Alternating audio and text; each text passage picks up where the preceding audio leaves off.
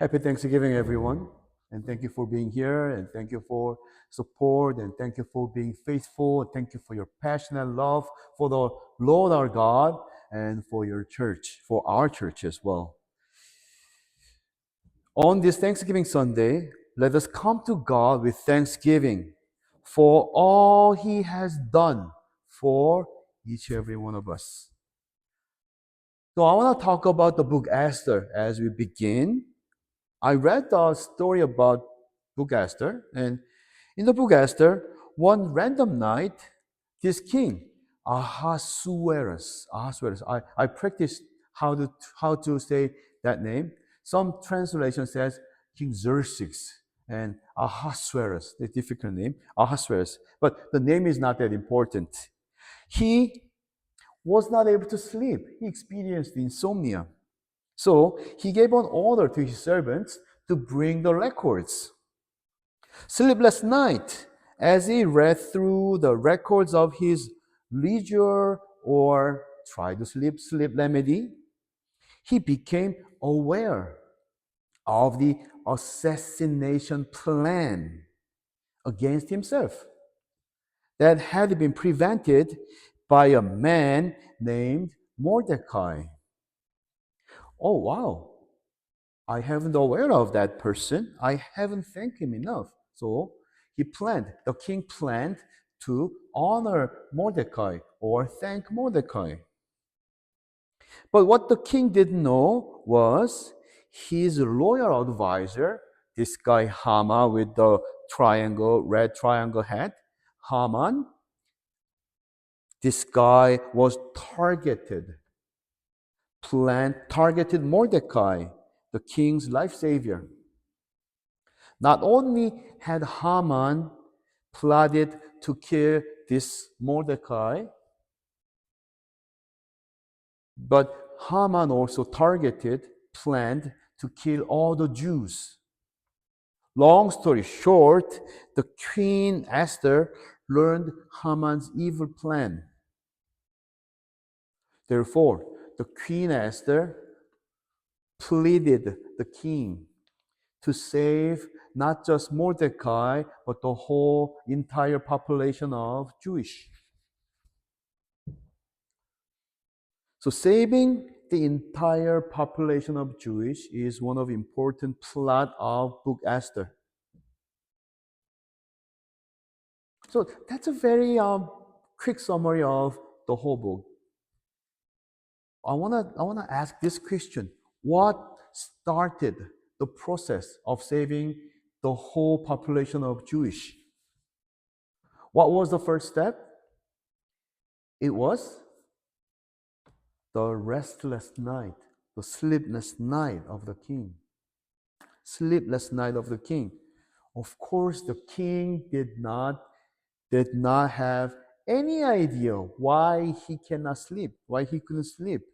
But we know that the insomnia he experienced was God's work. God was trying to grab his attention. God had something important say to the king. The way of God getting the attention of the king was not pleasant. It's not pleasant. It's uncomfortable. Sleepless night. But this unpleasant night became the first starting point of saving the entire Jewish nation. For example, there's a very little example. For example, you have your favorite friend and you had your favorite restaurant. You planned to go to the restaurant together. But when you got there, the restaurant was in renovation. Unexpected. Therefore, you had to try a new restaurant around that area with some degree of disappointment. However, when you went to the new restaurant, it tasted better than where you planned to eat. Problem became opportunity. Or you missed your bus by a few seconds, but later you heard that the bus was in a car accident. Or we heard 9/11 survivor stories so much. One man usually picks up his coffee at the usual time to go to the office, trade center, but the coffee was brewing in that morning. So he had to wait for 5 minutes. Because of the 5 minutes, he saved his life. It first seemed misfortune, uncomfortable, unpleasant, but it turns out, it turned out to be a blessing. Have you had any have you had any experiences like that?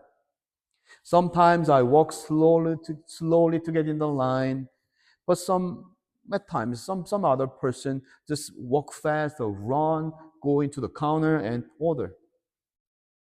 Not very pleasant experience, but the person took the last fries on the like a crate on the container from McDonald's.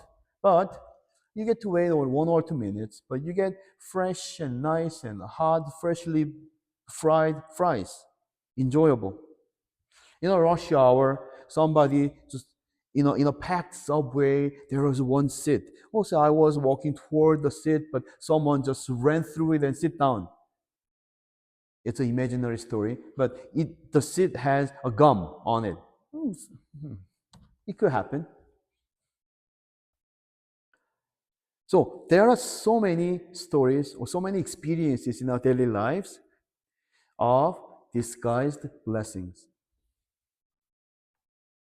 What do we experience in our daily lives?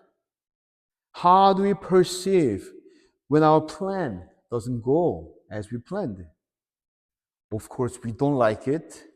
We don't like it. The restaurant I want. I want that menu, but we don't get to get it. It's so disappointing.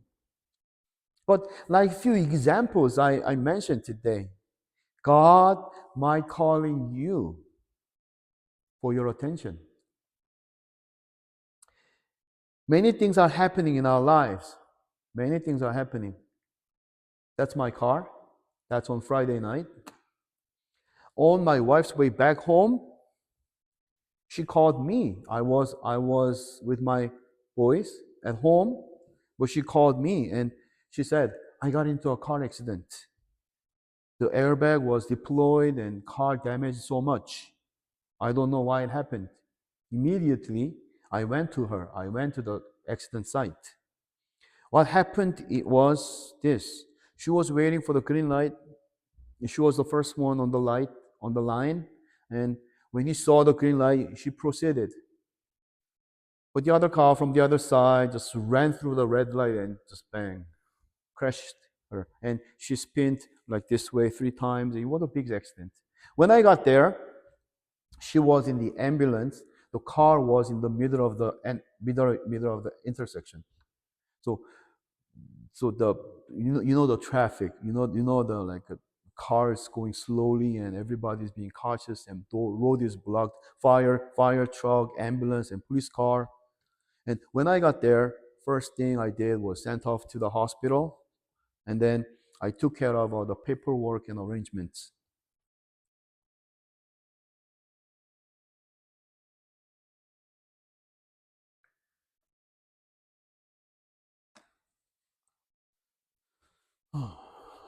After after I finished completed all the arrangements and police report, I went back home.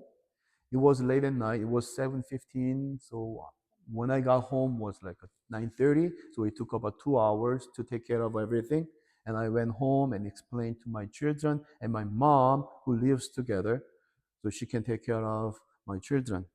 So explained what happened and comforted them and went to the hospital where my wife was.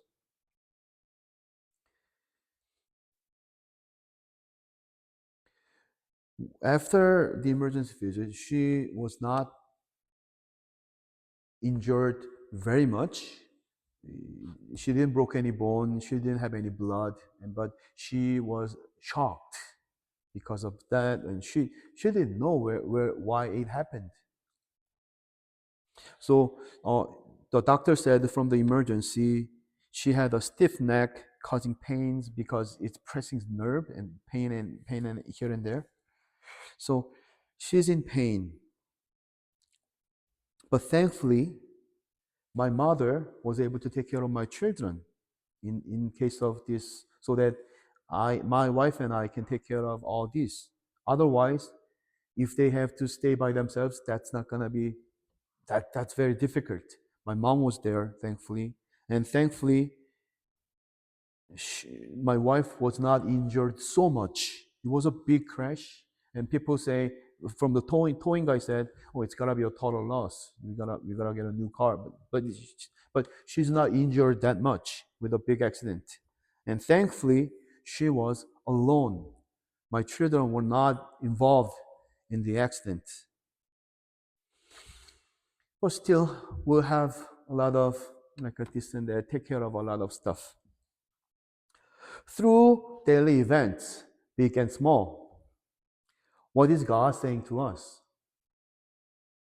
It could be the moment that God calling us when things are not going smoothly.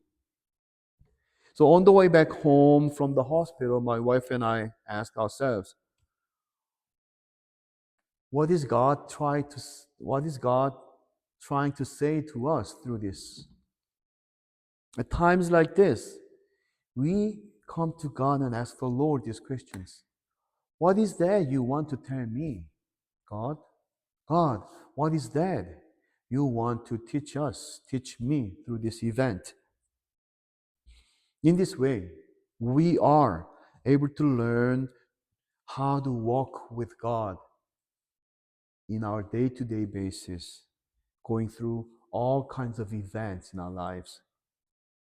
In 17th century, in Paris, France, there is a lay brother in a monastery serving others as a cook. This is Brother Lawrence. Brother Lawrence was not like a respected chef. He had to work all day to prepare meals. In spite of his hard labor manual work and its kind of lower social position, he was always thankful. He was always content and joyful. So people ask, hey, Brother Lawrence, what's happening? How can you do that? He's able to do this so because he developed a simple way of praying from his heart, which is called the practice of the presence of God. It's a famous story, famous line. The practice of the presence of God. Whenever I think of the Brother Lawrence, I think about Paul, Philippians chapter 4:11. For I have learned to be content with whatever I have. I know what it is to have little. I know what it is to have plenty. In any and all circumstances, I have learned the secret of being well fed and of going hungry or having plenty and being in need. I can do all things through him who strengthens me. That last verse is the most famous, right? But it connects with different things. He learned to be content.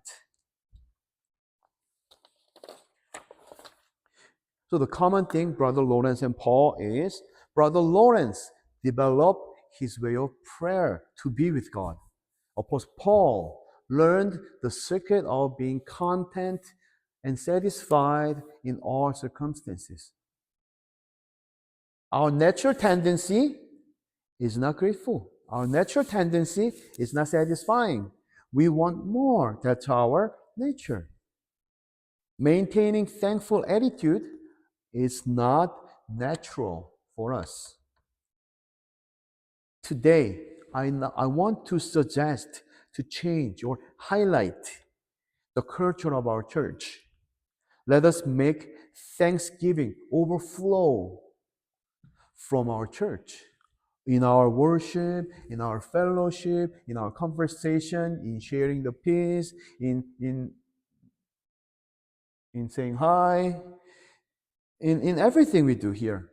And also, moreover, in our daily lives as well. There is a book, Atomic Habits, by James Clear. In this book, there's one story. There was a person who always forgets to take protein shake. He wants to take a protein, but he always forgets it. So the author asks him, "So, do you drink coffee?"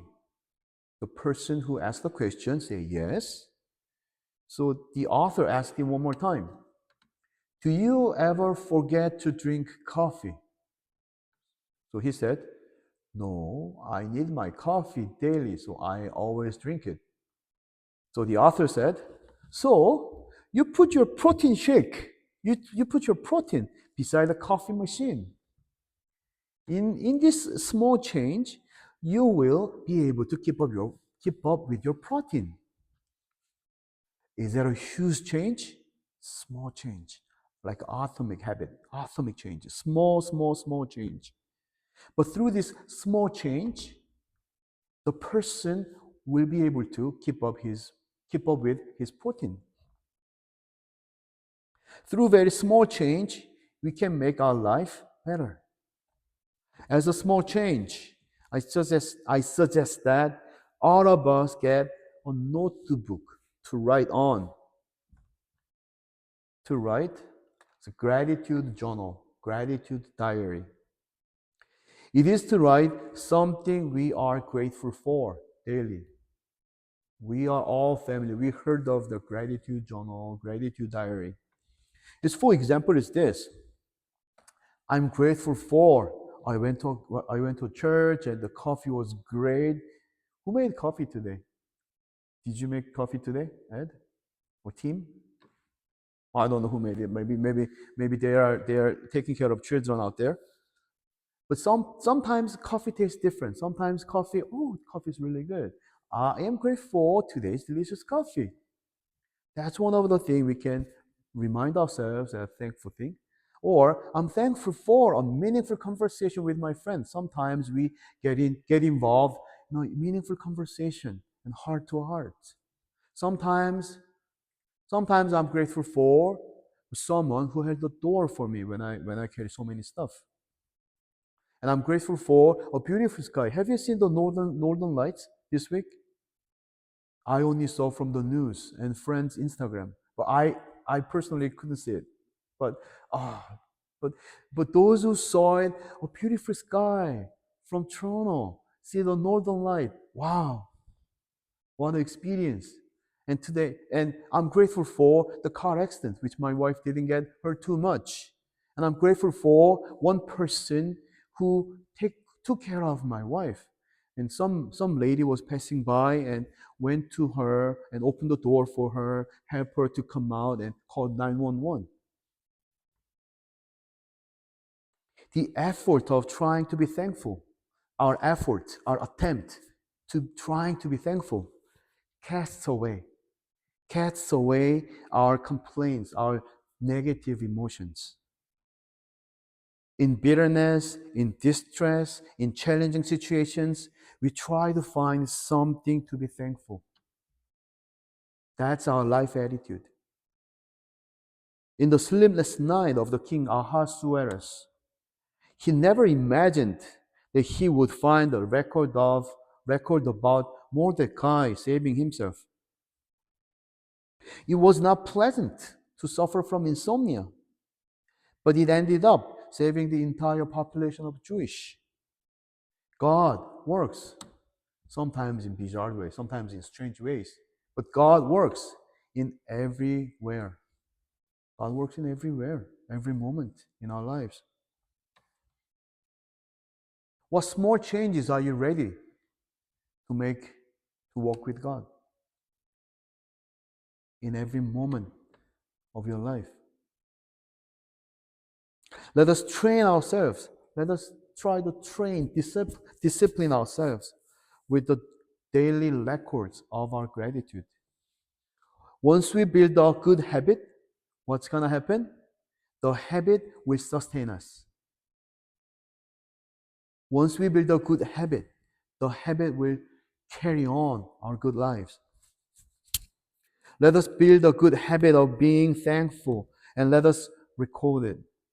Through this, we will be able to see how God richly blesses us in our daily lives. And let us the blessing of God in our daily lives.